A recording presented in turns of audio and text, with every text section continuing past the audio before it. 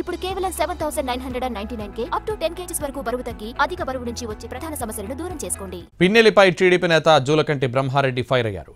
రామకృష్ణారెడ్డి దగ్గర ఉండి ఈవీఎంలు ధ్వంసం చేశారని విమర్శించారు. తాలిబాన్ ముఠాల్లాగా మొహాలకు ముసుగులు ధరించి విధ్వంసం చేశారని ఆగ్రహం వ్యక్తం చేశారు.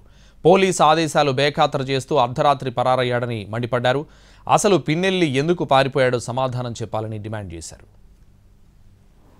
ఎన్నికల రోజున ఎన్నికల అనంతరం వైసీపీ కుట్రలు దాడులు ఇవన్నీ కూడా ఒక పథకం ప్రకారం జరిగాయి.